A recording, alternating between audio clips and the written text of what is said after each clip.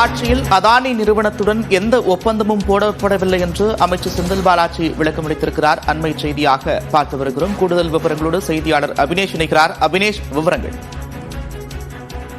அமைச்சர் செந்தில் பாலாஜி ஒரு நீண்ட நெடிய ஒரு 10 பக்க ஒரு அறிக்கையை அவர் வெளியிட்டிருக்கிறார். தொழிலதிபர் அதானியை முதலமைச்சர் மு.க. ஸ்டாலின் சந்திக்கவும் இல்லை, அந்த தனியார் நிறுவனத்துடன் திமுக ஆட்சியில் எந்த ஒப்பந்தமும் போடவில்லை, அதிமுக ஆட்சி ஒப்பந்தத்தில் கூறிய யூனிட்டுக்கு 7.01 சூரிய ஒளி மின்சார கட்டணத்தை எதிர்த்து திமுக ஆட்சியில் தொடர்ந்த வழக்கு உச்சநீதிமன்றத்தில் இன்னும் நிலுவையில் உள்ளதாக, இந்த நிலையில அவதூறு பரப்புவோர் மீது சட்டப்படி கடும் நடவடிக்கை எடுக்கப்படும் என அமைச்சர் செந்தில் பாலாஜி ஒரு அறிக்கையை வெளியிட்டிருக்கிறார்.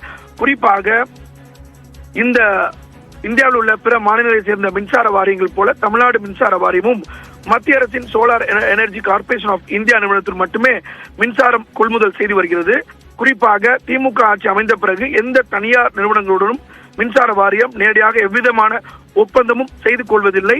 இந்த ஒப்பந்தங்கள் அனைத்தும் மாநிலத்தின் மின் தேவையை பூர்த்தி செய்யவும் மத்திய அரசால் கட்டாயமாக்கப்பட்டுள்ள மரபுசாரா கொள்முதல் இலக்குகளை அடைவதற்கும் மட்டும்தான் தமிழ்நாடு மின்சார ஒழுங்குமுறை ஆணையத்தின் ஒப்புதல் பெற்று செய்யப்பட்ட ஒப்பந்தங்களாகவும் இதை தவிர வேற எவ்வித முறைகேடுகளும் விதிமுறை மீறல்களும் இல்லை என மிக திட்டவட்டமாக அமைச்சர் வெளியிட்டு அந்த அறிக்கையில குறிப்பிடப்பட்டிருக்கிறது.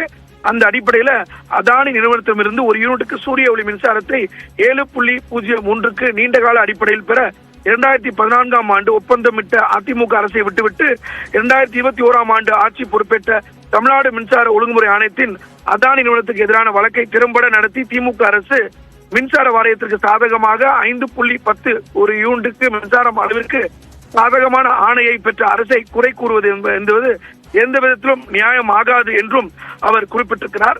அந்த அடிப்படையில முதலமைச்சர் அவர்கள் தலைமையில இந்த திமுக அரசு மின் வாரியம் நிர்வாக ரீதியாகவும் நிதி சுமையிலிருந்தும் சீரடைந்து எளிய மக்களின் நுகர்வோரின் நலனை காப்பதில் மிக முக்கியமான செயல்பட்டு வருவதாகவும், எனவே அவரை சந்தித்தார், இந்த தனியார் நிறுவனத்துடன் ஒப்பந்தம் போட்டார் என்றெல்லாம் இந்த பொய் தகவல்களை தொடர்ந்து பரப்புவர்கள் மீது கடும் சட்டப்பூர்வமான நடவடிக்கை எடுக்கப்படும் என அமைச்சர் செந்தில் பாலாஜி ஒரு விளக்க அறிக்கையை, நீண்ட நெடிய அறிக்கையை வெளியிட்டிருக்கிறார்.